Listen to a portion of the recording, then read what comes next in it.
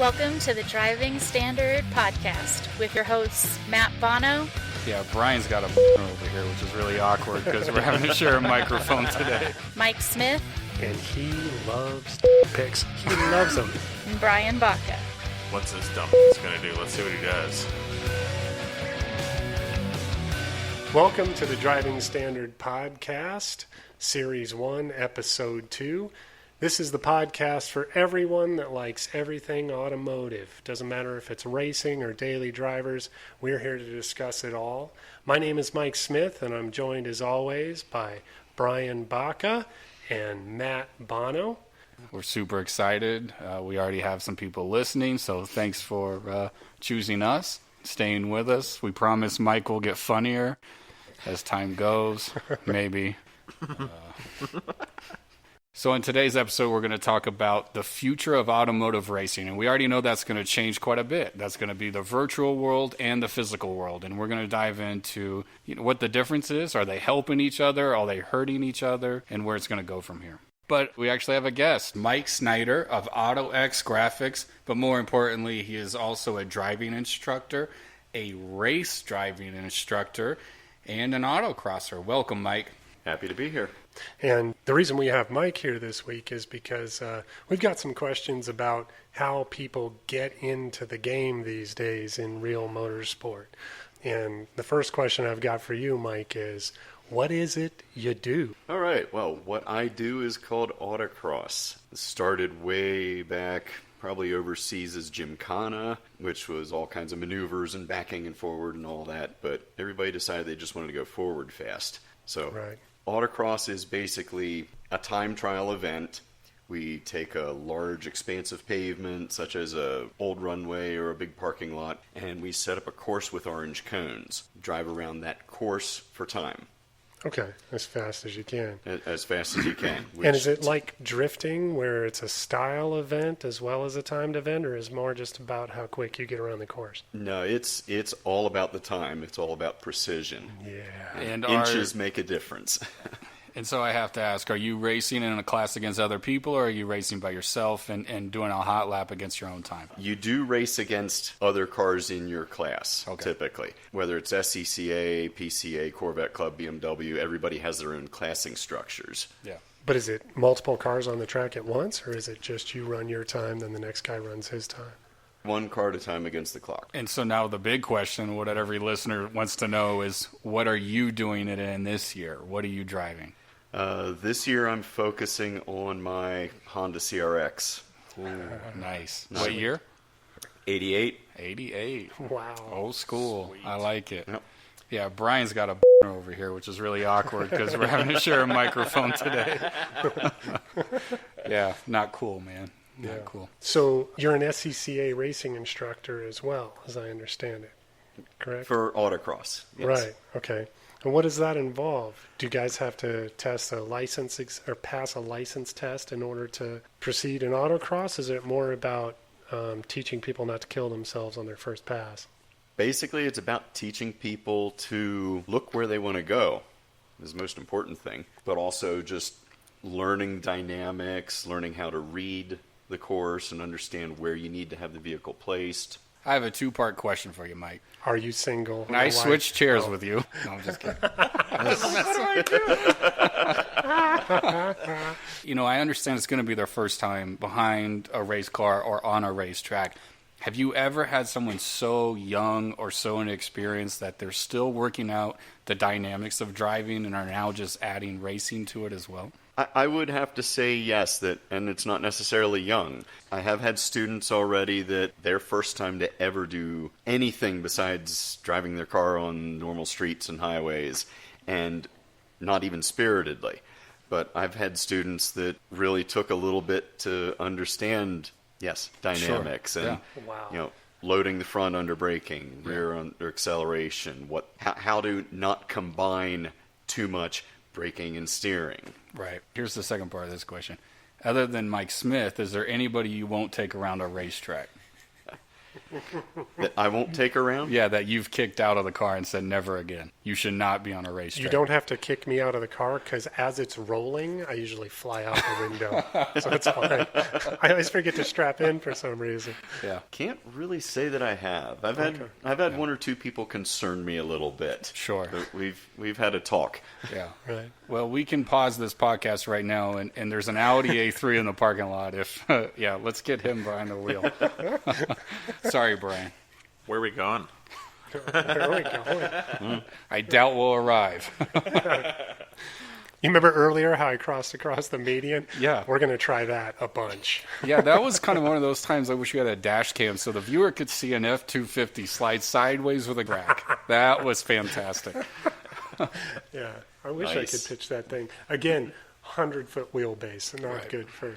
And the ladders, they're not aerodynamic. And every driving I could get that assist. sideways. Yeah. Oh, I've had it sideways. I just don't recommend it for most folks. It's, Controlled in air quotes, right? Yeah. What is some of your best advice to give someone looking who wants to get involved in autocross at a local level? You know, the guy who wants to get out there in his BMW or his V Nürburgring or whatever his car is and just blast on the weekends. What is your best advice for a guy who wants to get started? Be looking at websites for the car clubs, for SCCA, BMW, Porsche. There's even regional sports car clubs that aren't associated with a marque or SCCA in some places around the country. Best thing to do is just get on websites, find out who's closest to you region-wise, and get on their sites to see what the schedules look like. so how expensive is it to get involved in autocross for the average guy? Extremely inexpensive. Sweet. Typically, you're going to pay your entry fee for the event, which could be $30 to $60 depending where you are. Matt, can I borrow $30 to $60? Anything for you. Thank you. I appreciate it. You need a fairly safe car.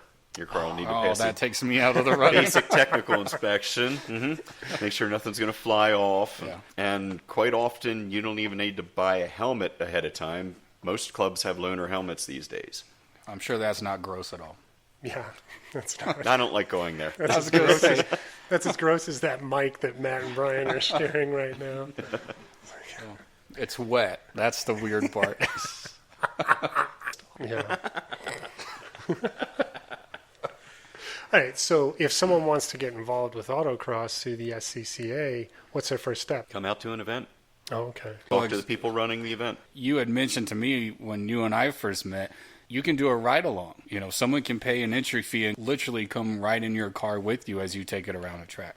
Oh, paying the entry fee. Typically, autocrosses don't have entry fees for spectators. And quite often, depending on the insurance with whatever club is involved, ride-alongs are allowed. If you get talking to various competitors and such, depending on whether it's timed runs for their class standings or just non-competition runs, a lot of times you can ride along with somebody. Very cool. How is the class structure set up for autocross? Depends on the club and the sanctioning body, because you've got all the different marque clubs will do their own, like BMW and Porsche will give points or something for various modifications, and you'll have any number of classes. Corvette Club, even, like, if the car's red, it goes in this class. Corvette has a million classes. Right, But- Corvette's about to have a crappy mid-engine class. In my Oh yeah, They're Yeah, about that's to have gonna a change lot everything. of new race car drivers Oh out. my God. Yeah. But SCCA has a big classing structure. It starts based on modifications you've done to the car. Right. That there's different levels of progression for that, and in each, say, modification level or preparation level, there are classes broken down so that the Corvette, the newest Corvettes are here, the older Corvettes are here, the M3s are here, the Mustangs are here, the Miatas, the Minis. So you can jump out there in something and not necessarily worry that you're going to be up against, Right. the hottest thing on the road that Right. having to show up that weekend. So I think a lot of people are also, who are outside of the racing world, don't understand quite how welcoming it can be. And I know this from going up on the drag strips. Yes, they are your competitor. Yes, you are always trying to beat them and always trying to set a faster time. Would you say in the autocross world that also translates, that everybody there is really welcoming of newcomers? Pretty much. Just about everybody's willing to talk. So if you're listening, don't be shy. Get out there, meet some people, be a part of the community, and help grow this. On to some other things here. Are you a racing fan? Do you watch racing? Are there any series that you're interested in? I am a racing fan. I don't religiously watch anything right now. I watch the occasional race. What are your series of choice if you are going to sit down and watch something on TV? Mostly sports cars and Formula One. Okay. Perfect. If there's somebody who is listening and is in Mike's shoes right now, where he drives pickup trucks every day for work, he doesn't have anything fun in his garage, is there a vehicle that you would recommend as a starter car that's inexpensive and ideal for someone to pick up on the cheap and just get out there and get their feet wet? There's only one answer. Yeah. Miata. Well, what if somebody went and picked up a, as Matt calls it, a V Nürburgring or a Veloster N? Would you be in a class where you'd get your doors kicked in every weekend? It all depends. Okay. It all depends on whether you leave it completely stock or not. The big thing is it depends on who is running in your class. Right. At Or a local who the level. driver is, Mike. Yeah. Well, hey, listen, I'm hoping that with all these automotive advancements and driver assist and stuff, eventually that thing will drive itself and I can win the race and just be like a passenger. Woohoo! This is great. Yeah. I don't think you're going to fit into a Miata, Mike. No, not into a Miata. That's why I'm buying the Veloster, because I fit in it unbelievably because they did that 3-door thing and I can sit in the back seat. We've talked so much about the Veloster on this podcast, we need to shut the front door right now. Well, you've already bought it, obviously, because you get very defensive about it. So No, we just haven't seen it I yet. want to hear all this. I'm not going to let him drive it if he keeps talking like this. It's a neat car, and you're going to have fun with it. Yeah, I am. And then you're going to get your ass handed to you by a 30-year-old grocery getter. That's right. But I just want to say that's how racing goes. Like, don't be discouraged if you go out to the track and you do get your butt handed to you, because that's how it always starts. You know, I started drag racing and the same thing happened. I was the fastest guy for about 20 minutes. In every form of motorsport, you can never tell who the guy is that's going to be fast, which car or cart or whatever. I give an example of there's a little tiny racetrack south of Colorado Springs. It's a little quarter-mile asphalt oval that's been there forever. But it had kind of a heyday during the 90s, and they were holding all kinds of races there. And they had the West Coast Super Modifieds come in here one weekend, and on that little tiny bull ring, it was unbelievable how fast those cars went, right? That was the first time I saw Super Modifieds live, and I was like, oh my God, this is unbelievable what you can do with this level of technology, right? There's one car that comes out, just a bomber. The thing's literally got a half of a Pennzoil oil bottle cut in half, duct taped to the front of it to give some air to the driver. And one of the other drivers in the field was Billy Vukovich III. And when he came out, man, he was smoking in the hottest ride off the best hauler out there. They had 3 cars on the hauler, and he's just toasting everybody. This guy comes out here, Mr. Half a Pennzoil oil bottle, and blows the doors off of the field. Turns out he was the points leader, killing everybody. And I don't even know the guy's name now. Right. But I'm like, you just can't judge a book by its cover, by the drivers or the vehicles when you're in one of those races. You know, to me, that's what's wrong with motorsports today. And if you look at the way it's become such a rich man sport that why fans loved every form of motorsport previously was because the underdog could come out from the cornfields of Iowa and just spank the top stock car leader of the day. Right. And that has changed so much. And I want to transition into that now. But real quickly, Mike, I want to ask you, what's your advice for improving motorsports today? Do you see anything that's restrictive, anything that's holding back people from being more a part of the community? There have been changes over the years. For instance, SCCA National Road Racing, numbers are declining. Autocross, numbers are going up. Only, big deal with autocross is getting sites. But one thing that's been really popular have been track days where you can take your daily driver, go to the track, run lapping sessions. That's getting more and more popular these days. Right. It seems like accessibility and price are what keeping people away from doing this. I'm sure if you ask most car guys, they would love to be out there running their car every weekend, but they feel like, it's either too expensive, places to do it are too far and few between. And so that's what's kind of drying up the physical form of motor racing today. Sure. There's a lot of things that dry it up. One is competition between track directors. They notoriously ruin series by getting competitive with one another. So, hey, if you're going to run at his track, you can't run at my track, Right. and all kinds of silliness like that. My question for you regarding motorsports in general is, especially with F1 right now, are you... I don't watch every race, but... No, neither do I anymore, and that's part of the problem. Nobody does. Yeah. Well, and I tell everybody how I watch Formula One now. Thank goodness for the DVR, because I put it on 4 and I sit there and I watch the laps countdown and then go, cool, a Mercedes won again. That's Right. how it works. My question to you is, how long have you been a Formula One fan, and have you noticed a change in yourself and in general fans regarding Formula One as a motorsport? Yeah, I've been a Formula One fan for years. The Senna-Prost battles and... Sure. Yeah, hard to say. It just... Everything just does seem a little more kind of higher scale, but at the same time, you can't just have raw talent and get into a car. Absolutely You not. need the backing. Right. Yeah. Yeah, exactly. Yeah, it's not a secret that the quote-unquote best driver in the world right now is also the prettiest driver in the field. And there's a lot to Right. that. There's always been... The game's more about marketing now. Yeah, there's always been algorithms with racing. Always. It's always been, Sure. performance-based. But now there's algorithms with drivers. He's quick. He's consistent. But he also doesn't say stupid things during interviews. He doesn't, go and do burnouts in the parking lot of a gas station. So he's the guy we're going to go with. Right. But isn't that like the things that a lot of us look forward to? Like, oh, what's it going to say this time? Or, cool, what's it going to tear up? That is what we used to look forward to, and we still do, but that's not what the racing industry is giving us. I think the fans still look for that. Real quick, I want to ask you another question, Mike. What is the most fun, or one of the most fun things you've ever driven? An old-school, air-cooled Formula Super V.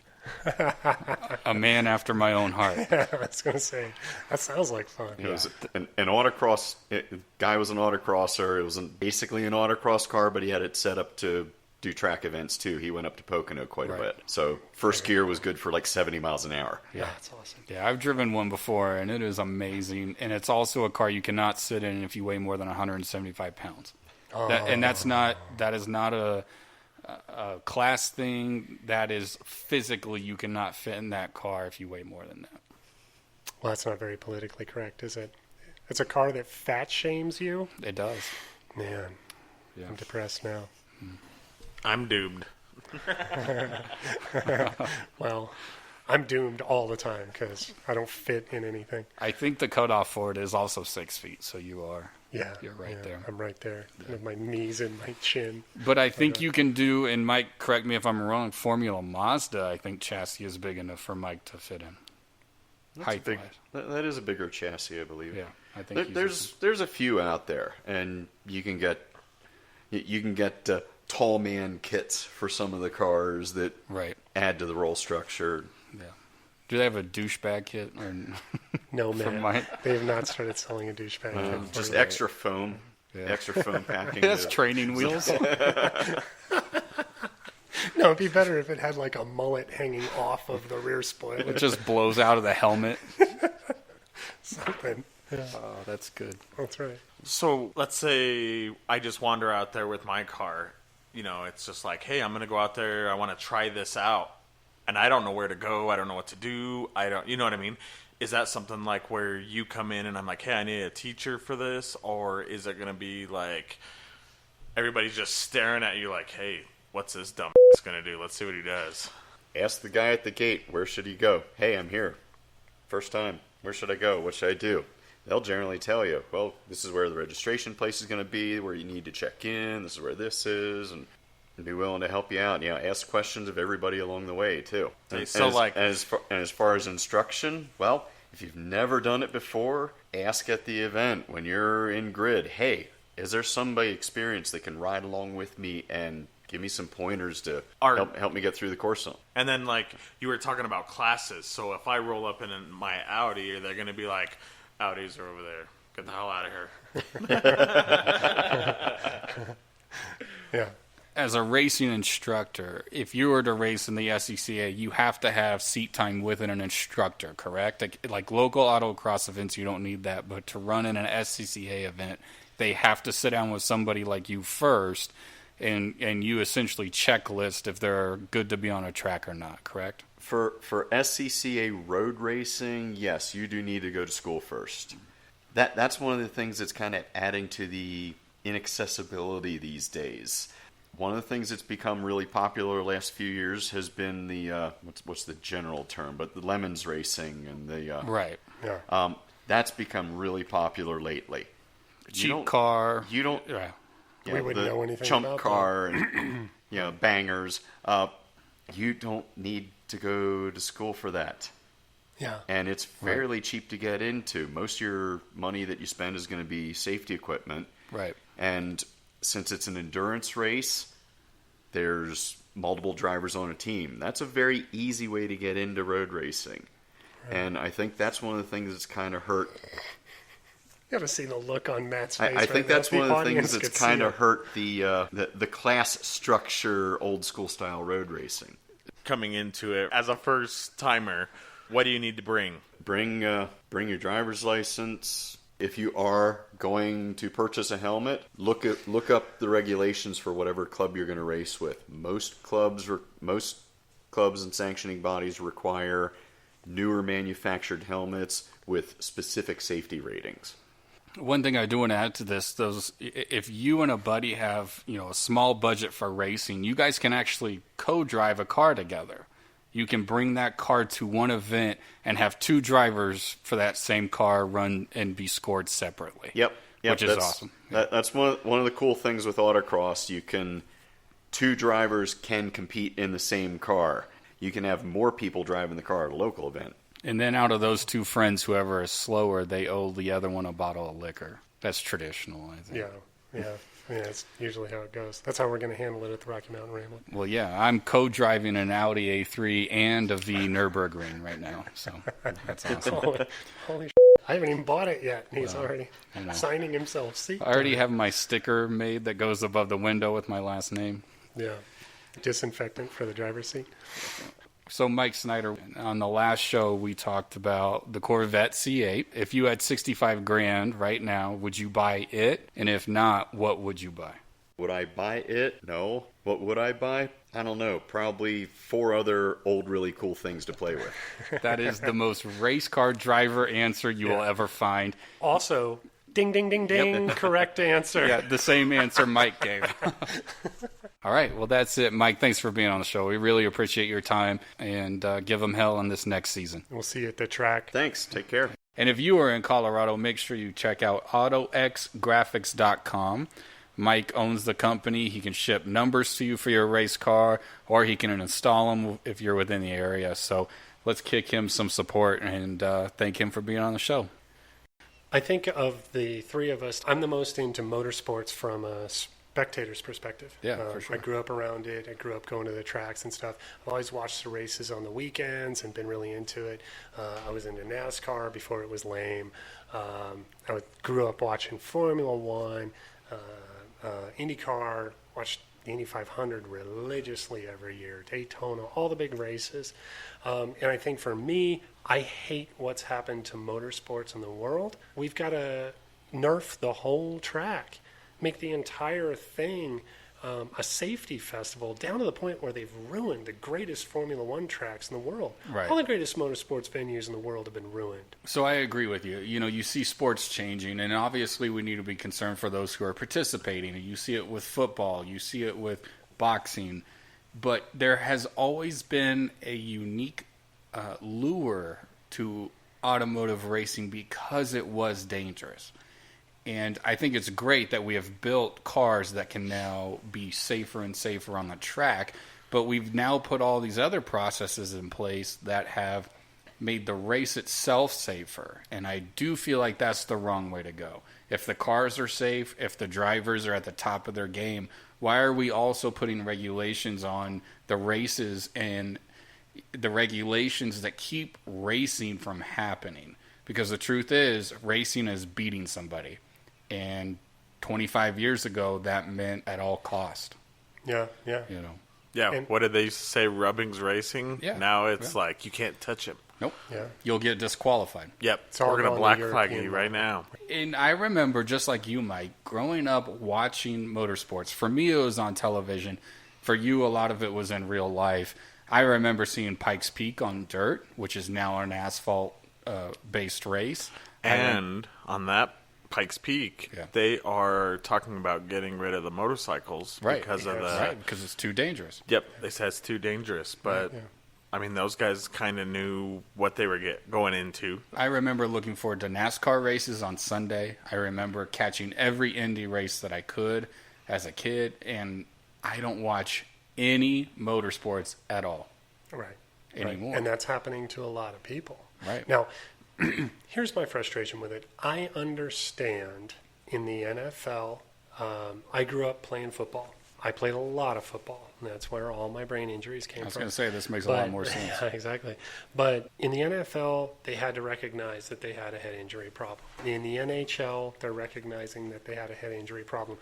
In motorsports, it's a different animal, okay? Yeah. You cannot pretend that you don't know what the damage is, what the penalty is.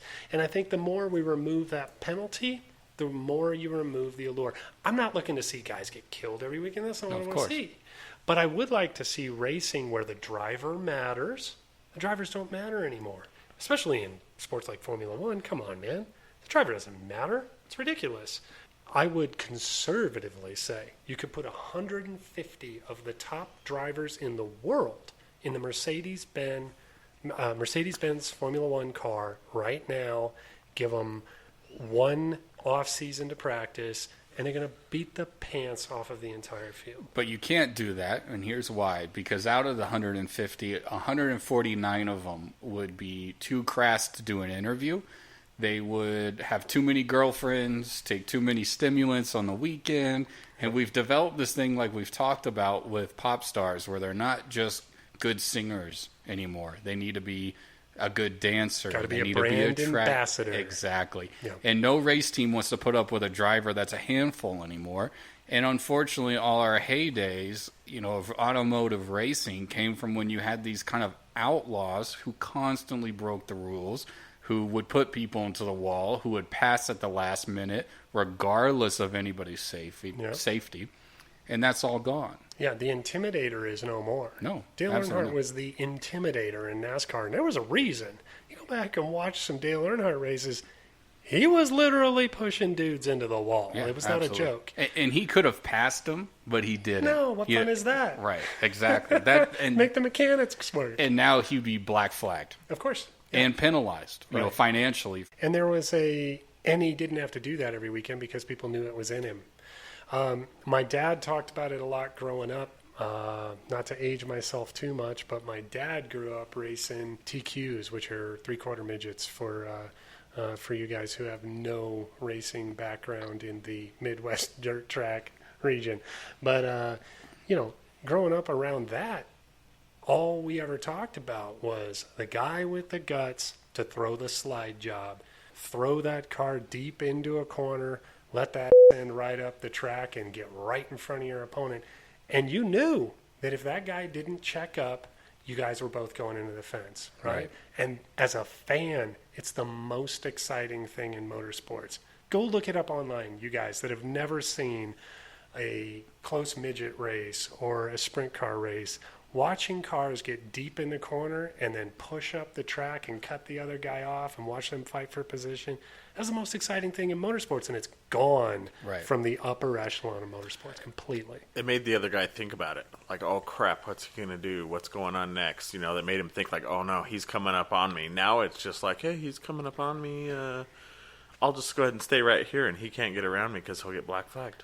And to expand on that, a lot of these rivalries were between the underdog and the last year champion. And that's one thing that motorsports has always been very unique about. There's this magic of seeing a guy and he has no money to his name and he spanks the pants off of the six-figure race team. Right. And those days are gone. This is now a club for the rich all the way around. There is no underdog. Right? It's a lot easier to sell the Mercedes-Benz brand if Lewis Hamilton's face is smacked on it. It's a lot harder to sell the Mercedes brand if Tony Stewart's face is smacked on it, right? Now, you can't tell me in Tony Stewart's heyday that he wouldn't have been able to drive that car and just wreck the field. He was the greatest driver I've ever seen. He drove the wheels off of everything. But Tony was going to get in an interview and start making sarcastic remarks about other dudes in the field. While chewing tobacco, you know? Right? And he wouldn't give a rip. Now, the reality is if the sponsors and the broadcasters and everybody had any guts, it would make for the greatest broadcast ever and everybody would watch it. To circle back, there was a time, and not even that long ago, 40 years. Right. But if you even go back at that time, this was a time when drivers knew that out of 100 races, there was going to be a 10% fatality rate. And I'm glad that's gone. But when you start reducing speed and you start reducing competition, you are taking the soul out of racing. It is no longer racing. It is chess. You have moving parts and different pieces and sponsorship and Instagram accounts and all these things that go into motorsports that are no longer about the competition. Sure. It's about... It's chess off the track. That's my problem with it. When you say it's chess, the chess used to be between the drivers. Chess used to be between their ears and their guts. Am I willing to go deeper into this corner than that guy is? Now it's the engineer says I can't take the car that deep into the corner. It's not as bad as it was in the 90s, like in Formula One when they had all the driver assist stuff. Like Nigel Mansell won his world championship, and I hope there's some Nigel Mansell fans out there listening to this right now. Nigel Mansell, I could beat him. That dude was being driven around the track, escorted by that Williams F1 car that was the most intelligent vehicle in history. That car was ridiculous. Nigel didn't have to do a damn thing. That car would win the race. Told him when to brake, told him when to steer in, told him when to accelerate. Come on, that's not racing. Right. Now, we've gotten away from that a little bit, but it's just one of the things that has sort of, in my mind, led to less and less interest in motorsports from a purely motorsports aspect. I'm not talking about guys that want to go fast. Everybody's always going to want to go fast. But I'm talking about the interest in the actual spectator sport. I think it's dying because of a million reasons, and that's one of them. Yeah. And you know what's cool about this, though, is I know that was a lot of negativity. But what is great about this is all that competition, all of that, fierceness that is removed from high-end motorsports is still there at the local level. And like we just talked about with Mike Snyder, you see these guys who just, it's a run what you brung scenario, and they push and they push and they push because they're not afraid of it. They're not backed by anybody. It's their dollar, and they're just wanting to just put that hammer down. And Mike probably knows this just as well as I do. If you've ever seen and it doesn't matter if it's Midwest or the South, if you've ever seen a localized dirt race, you know exactly what I'm talking about. Yep. Those boys are out for blood. Yeah. That is one of the most pure forms of racing out there. Yeah. When I was around the kart track, some of the moves that would get pulled on the local kart track, well, that guy owns that kart. He brought it on his own hauler. And that was the case for 90% of us. I was lucky enough to have a buddy that sort of backed me in a way. And, to an extent, I wasn't paying all the bills. But I certainly felt bad if something happened to that ride. Everybody out there, they don't have a sponsorship to lose. They got a day job. That's how they're paying for this race. Guys would come in hard. And you'd be bumping tires, knocking guys off the track pretty consistently. And as a driver, we loved it. It was a blast. I mean, it sucked when you got buried in the hay bales, but it was a lot of fun, man. And I feel like you lose that as you get up into the higher echelon. Right. As soon as there's sponsorships involved and there's dollars involved, it's a different story. And everybody's afraid to act like an idiot. right? To Right. let their emotions get a hold of them. And I understand that. Look, I was at a lot of short track races where the pits had to clear out because some idiot was drunk and he was running around with a crowbar chasing his opponents around, right? We don't want that. But one of the funniest, most entertaining, most interesting, and most deserved things I ever saw was at a midget race at Pikes Peak International Raceway, where a kind of famous driver in that community for his temper was taken out during a race in the final corner. I mean, it was bad. It was the last corner. He got kind of pushed off the track. And we all watched from the stands as he got out of his car and he marched down the front stretch. And we all knew what was going to happen. We'd all seen this play out 100 times. Right. And he goes walking up to him, and the second he gets there, as he's being interviewed by the track girl, he grabs him and throws a punch. And it's a melee in the middle of the infield. And, right, we don't want to see that. I get that. The society's lost a little bit. Yes, we all want to see that. I was like, no, we want to see that. But my It's just- point is, if you've ever been in motorsports, God, you know how he felt. Right. You just worked Right. your ass off all day long, from qualifying through all your heats, all the wrenching, all these people putting in all this effort. You get through all these laps, and then the dude buries you in the wall. And, the proper reaction is to go knock his face off. Right. That guy just set you back $70,000 that you had just spent getting to the race. Yeah, right. And we would love to see that still, but they're afraid to lose their sponsor. Right. Their There's sponsor's so like, much that goes what into did you it. just do? Give me that, There's so much that goes into it. We have a bunch of things encroaching onto modern motorsport. The sport's getting more and more expensive. Even as we've talked about, horsepower gets cheaper and all that stuff. But as soon as you start racing against the next guy, that dollar value starts going up and up Right. and up. It gets harder and harder for people to get into. There's a lot of politics in motorsports. Track owners and series race directors. You see it at the local level. You see it on the international level. Bernie Ecclestone ruled with an iron fist and did whatever he wanted with Formula One for years. And for better or for worse, it was a political game. There's the aspect of kids are becoming safer and safer and more risk averse. So we're losing pieces of that. We're losing a lot of things in motorsports. And it's frustrating for a motorsports fan and a car guy in general to kind of sit back and go, man, it feels like we're losing all of this stuff. Right. Yeah. But, the price is a two-sided coin. And I say that because, one, right now you have drivers that are cautious because if they put it into the wall, that's a $1 million repair. Right. Think about that. That is not an exaggerated figure. If not, in some, especially like Formula One, that's probably a higher price. You want to talk about putting a $1 million car into the wall, and we can talk about some pretty upset people because now Mercedes' entire R&D for the last 6 months is gone. Yeah. All the work of 17 pit guys, gone. All because you wanted to push too hard. Right. So I think price caps will help that. It becomes too expensive for the average guy to participate. And that's on ticket pricing. That's on them building a car and going out and trying to grassroots their way up. And now motorsports is for the rich. And until we can at least bring back some version of a budget cap, every form of motorsports needs this right now.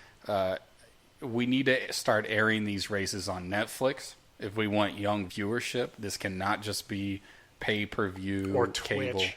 Because the majority of them do not watch paid cable TV. My biggest thing is for powertrains. I want to see more freedom. Yeah. Well, and that is one of the things that Formula One was a good example.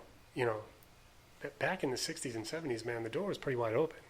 There was all kinds of crazy things being tried. Indianapolis was the same way. You had a rear-engine car show up one year, mid-engine cars, a turbine car. What? You would never see a six-wheel Formula One. No, The it's not gonna Elf, happen now. Yeah. Terrell. Yeah, the Tyrrell. It's never going to happen again. No, and if you've never seen a six-wheel Formula One car, you should definitely Google it. Yep, it is awesome. Yeah, it didn't work, but We've all seen this thing, right? You've seen Yeah, this? I've Yes, seen it okay. too. All It's right, pretty I was gonna crazy say, looking. like, usually anytime you talk in a room, even of car guys, somebody goes, what? Whenever you mention the Tyrrell six-wheel Formula One. So, but that would never exist today. No, certainly not. Which brings us to, Matt and I one night came up with the idea to fix the world. Okay. Oh, of course. As we usually do after three or four drinks. Right. That's when we do this podcast. So it's called the Apex Motorsports World Championship. And our idea was motor racing sucks. So how we were going to fix it was, our idea was sort of a spec class where there would be a few restrictions, but the idea would be you would have to build a car that could run the greatest tracks in the world.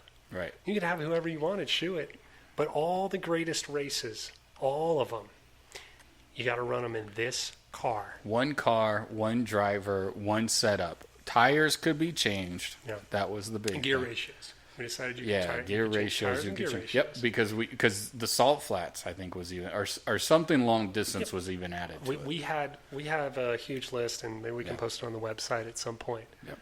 But it was, the idea here is what motorsports is missing is the creativity and the excitement of going, what are they going to do? Right. Or what are they going to come up with? Can you imagine the first weekend when they show up at Silverstone to put on the first race and all these cars are unveiled and everybody's going, what on earth? But you're looking at cars that are going to have to do Dakar. Right, I was going to say the Baja. They have to do Yeah. the Baja, and then a week later they have to do Texas Motor Speedway, and the Right. next week they have to do Bonneville Salt Flats, and the next week they have to do Pikes Peak Hill Climb. Yeah. I mean, it'd be the greatest thing in the world to me. Now, yes, the races might get boring because it's like, oh, God, those dudes are running away with it because they have the best engineers. But, it would be real interesting. It would add a whole new level of intrigue for motorsports fans, and I think it would also cross over to people that aren't necessarily motorsports fans that would look at this and go, what are they doing? Right. These guys are going to try what? And we wanted, and a big key part of this was we wanted to bring back the classic tracks because Mike and I grew up, and as did you, Brian, with different race courses than what are raced today. I understand these new tracks are great. I'm not taking anything away from them, but there's something about the history. 20, 30 years from now, we'll feel the same way about Abu Dhabi. Yeah. But for right now, I'm just... No, we won't, because there's nothing unique about it. Yeah. Good. I don't want to go back to the C8, but part of what we said about the C8 was that it's kind of generic, right? It's how motorsports tracks are right now. They're kind of generic. The Monza wall is gone, and it's never coming back. That kind of thing. Nürburgring is the biggest track in the world. They're never going to run a Formula One race. Formula One used to race on Detroit in the streets. Yeah. You know what I'm saying? That would have been cool to Those see. days are gone. Hey, let's help Detroit out and bring Formula One back to the streets, right? Come on. I was going to say, but then now that brings us to the kids today. They don't want to watch that stuff. Well, I can't blame them for not wanting to watch. A really good example of this is NASCAR. And if you've ever been in a stock car, which I think Mike and I both have, if you're in a stock car, the analogy I have for it is it's not like most race cars. It is a combination of extremely low tech and extremely high tech. And so you have insane power. So you have this vibration that just rocks the entire car. And so I like to use this analogy. It is a lot like rodeo. If you had to get your bull to run around a track while other people are also participating in the rodeo and having to get their bull run around the track, and you were scored on hanging tight, staying alive, and placing. Yeah. What your You got to position try to finish was. first and keep that thing from killing you. Right. But none of that translates to the TV. No. Yeah. No, And it doesn't. is now mocked as one of the most boring forms of motorsports because left turn, left turn, left turn, left turn. And none of that chaos that the driver experiences, the viewer gets to see or feel or anything else. And that's why I feel like viewership is down for the young. Now, we've been negative Nellies for a long time here. And I still don't want it to sound like that because I love motorsports. I still love it, even though Formula One drives me nuts and all that stuff. I love the fact now that cars are incredible. Yeah. I mean, the technology going into motorsports, man. If you ever watch the onboard cameras on, I don't care if it's NASCAR, Formula One, Indy, Le Mans, it's incredible how fast a vehicle can go and be controlled. And there is some hot racing going on right outside. There's some street racing happening. They're getting down. Yeah, I think this is a great time to interject and say follow us on Instagram, Facebook, or come do a donut out in the parking lot. Whatever. Apparently. Yeah, right. And the other great thing is now, kids are growing up playing video games, really good representations of racing video games where you can have Absolutely. realistic graphics, Right. realistic handling characteristics, and you get to drive a car that you will never get to drive in real life and have a pretty good idea for how that thing handles, what that sense of speed might be like. It's Right. awesome. And I totally agree. And we have come across as negative in some of this dialogue, but the truth is this is tough love for us, and we want to see this thing succeed. The potential of car culture could be dying. Yeah. It's so scary, but I don't think it is. And I think, esports is going to be its saving grace, and it is. There's so many benefits to it. It keeps it in front of kids. It's cheaper entry level, and I hear a lot of negative from car guys who look at esports as its competition, and it is not at all. Yeah. It is. We should be embracing these guys. We should be. If Formula One is using esports as a way to train their drivers, to get you familiar with tracks and to get you familiar with cars, car guys, we need to be embracing this. This is the future. Car culture is changing. It's not dying. Exactly, 100%. It is And not dying. we've talked about this a bunch off the air a million times, but I didn't know what the hell a Nissan Skyline was until I started playing Gran Turismo back in the 90s and was like, oh my God, this thing's unbelievable, the amount of horsepower it has, right? You nailed it in the last episode, and unfortunately we had to edit that section out, and your quote was the newest generation, and I think that goes back probably 15 to 20 years. They get all of their car culture from video games, all of it. All of it. And I want to briefly just take a PSA, or take a moment to give a PSA to Toyota, who just announced yesterday that they are not putting Toyotas in racing games that promote street racing. That is the dumbest thing. That is stupid. That is the dumbest thing they could do for two reasons. One, they are putting the Supra in the new Fast and Furious movie, which is about street racing. Right. And second thing is now you're going to have a generation of kids growing up who do not care about a Toyota. Do not care about your car. No, How that's is that a insane. good idea? That's insane. Exclude themselves from the public consciousness in the automotive industry is just patently being stupid. I mean, it just doesn't make any sense. Well, I mean, look at the R34 Skyline.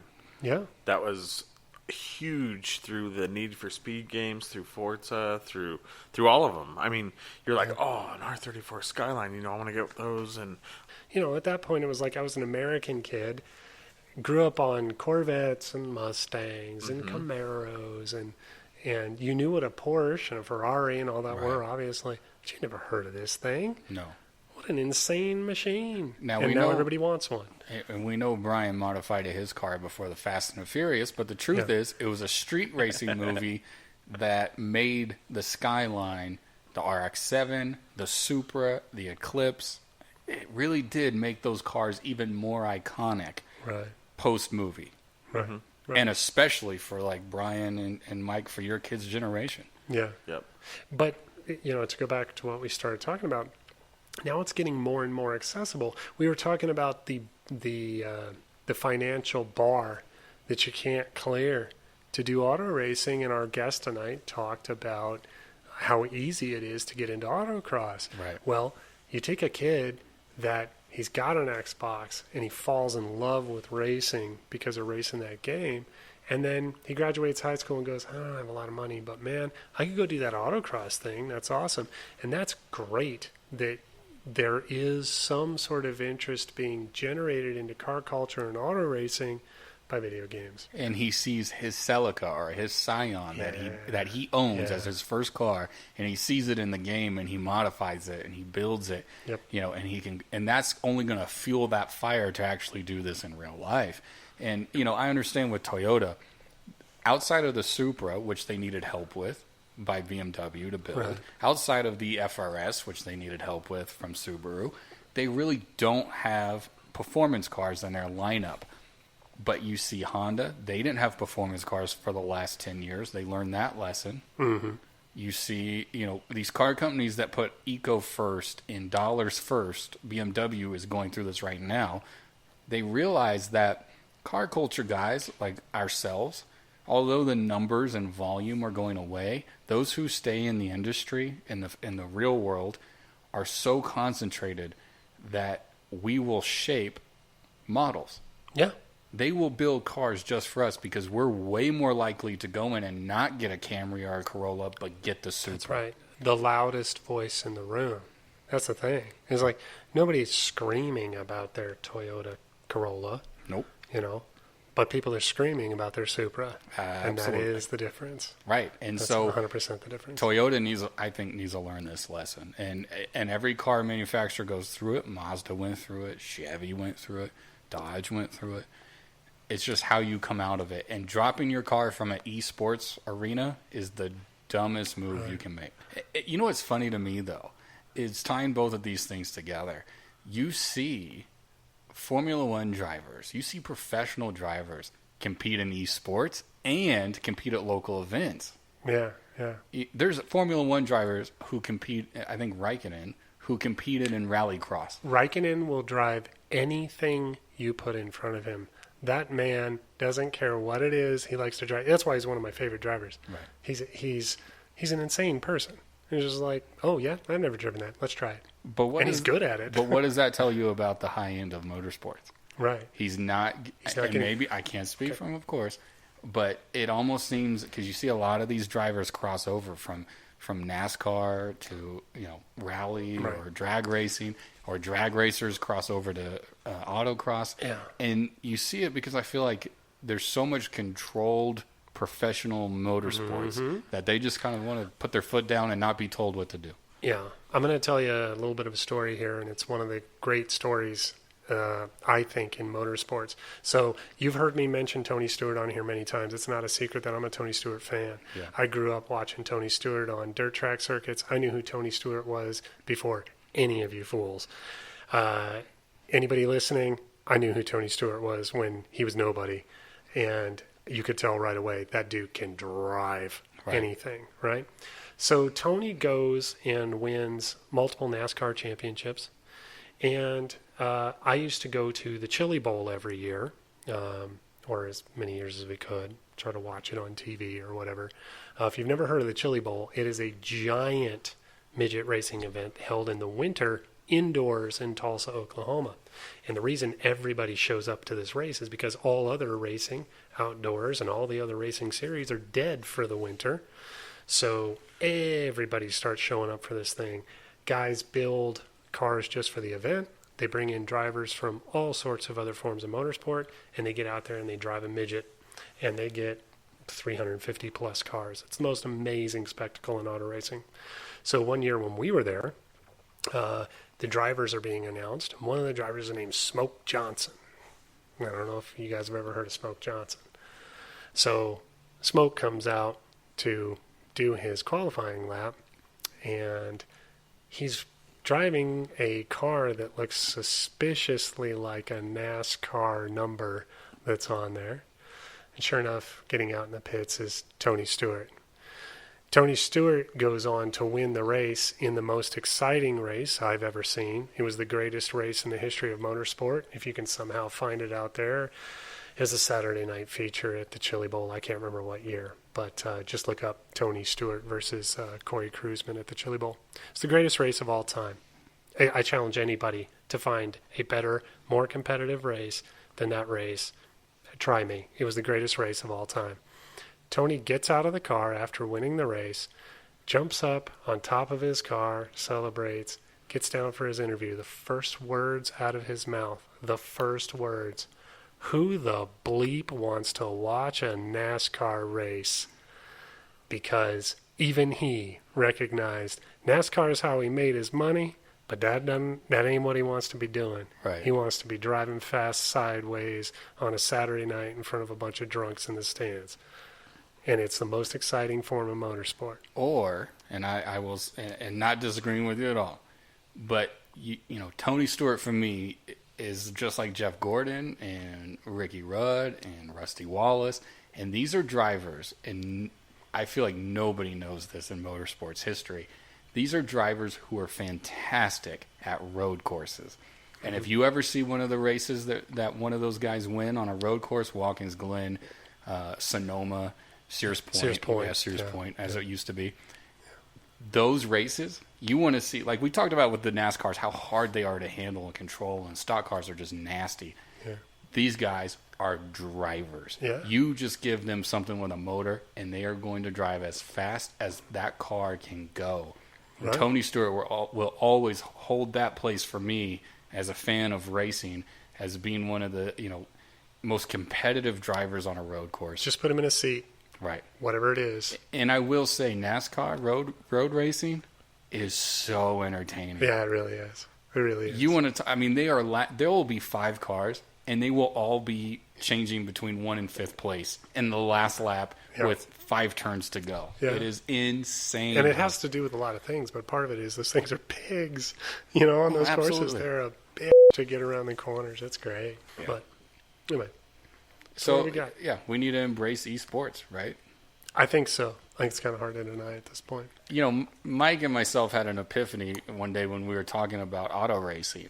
We were looking for something that he could build and race every weekend. And we were going through, well, you just need a Miata, and you can get one cheap that has a bad top. And For sure. we can get you a Camaro. We can get you, and we were going through all these cars. And then it just kind of hit. And I had just come from a session of driving iRacing VR. And I took a Porsche 911 around Road Atlanta, which people know I'm familiar with. Yeah. And it was so good. And I went into it slightly cynical, wanting to be like, nothing will be as good as the real thing. And turn 1, if you've ever driven Road Atlanta, you can stick that car in the corner of turn 1 that just almost slingshots you up the hill. And I did that. And I did it in a game. And immediately just chills. I was like, how did they do that? Yeah. And from that moment, I was hooked. And so then you and I think a couple of weeks later, we're talking about, well, what are we going to get you? How are we going to get you back on the track? And, maybe we co-drive a car together. And we just looked at it, and it was like iRacing, VR, PC, Right. and a seat. We're into this thing for $3,000, and we can drive any track. Anything we in want. any car. It is almost as good. Right. I mean, for guys like you and I, will never fulfill that need entirely. Right. But it will keep us from being super depressed and mad we're not part of motorsports. That's right. Yeah. I mean, we also spent how many hours playing Gran Turismo Sport on a big screen? Just, Right. hey, what? Previously, guys like you and myself, our only saving grace was we would work our butts off during the week. We'd be itching to drive really cool cars. And the closest we got was a flat screen, a joystick. Yep. And it was good, and we grew up with Cruising USA and all these terrible car games, and Outrun. and they got better, and they got better, and they got better, and now we have games like Forza and Gran Turismo, and they're great. iRacing, Project Racing. You can just go down the list. Need for Speed. Yeah, absolutely. Project Cars, great game. It is so cool to think that we can sit in a racing seat and drive any course in the world and actually feel like we're there. Mm-hmm. Because you would be spending $80,000 just to get to Silverstone with a Porsche 911. Yep. None of us are ever going to get to drive Monaco. Right. But if you get to do it in a video game, you get to see it. You get to realize, like, oh my God, you've got to drop this high performance machine down to 0 miles an hour and go around this tight left. And it's kind of cool that you can experience that from your living room. And for the people who write this off and go, well, it's not the same, it's not the same, it's not the same. We know that. Right. But what it does is it keeps your spirit alive in between the next time you can get on the track, next time you can build a car, next time you get seat time. And I don't see a negative in it at all. All right, for those who have been following for the first 2 episodes, you know that we have 2 segments on the show. The first one is Predictions They Got Wrong. We are sitting on a plethora of old vintage automobile, road and track, sport compact car magazines.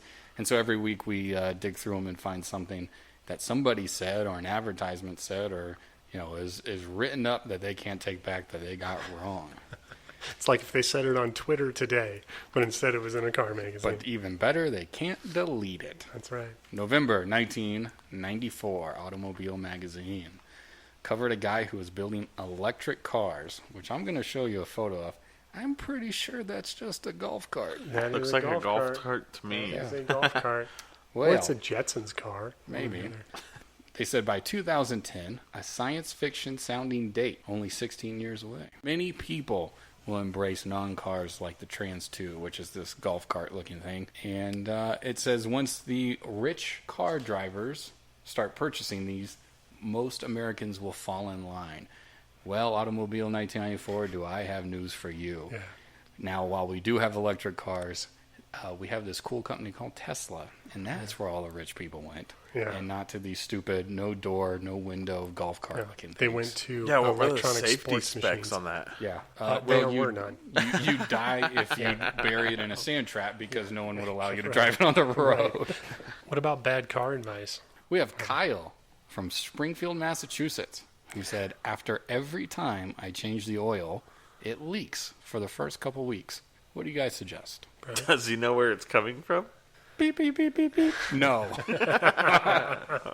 Well, there's a couple of things you could do. That you could, you could wash your engine and your oil pan and everything really well, and then take it out for a drive, and then try to get underneath and inspect it and see where it's coming from. That's the serious approach you could take. Sounds like a lot of work. But I think Matt's got a better idea. As usual. What was your idea for this thing? Yeah, just stop changing the oil. Right. Stop changing the oil. If you look really deep within the manufacturer specs on most vehicles, Kyle, they will tell you that eventually you're going to stop changing the oil in that car. So once it starts to leak, you just leave it like that. Yeah, perfect. Problem solved. Right. And if you're listening from Springfield, Massachusetts, write Bryan at the driving standard and tell him where your oil is leaking. Yeah. Because I really don't give a And he loves pics. He loves them. It's Bryan at thedrivingstandard.com. The bigger the better. BRY. Oh, shit. Let's all troll Bryan. Bryan hasn't even listened to the episodes yet, so that's good. What? I've been halfway through the second one. Holy f***ing shit. He can't even listen to the show.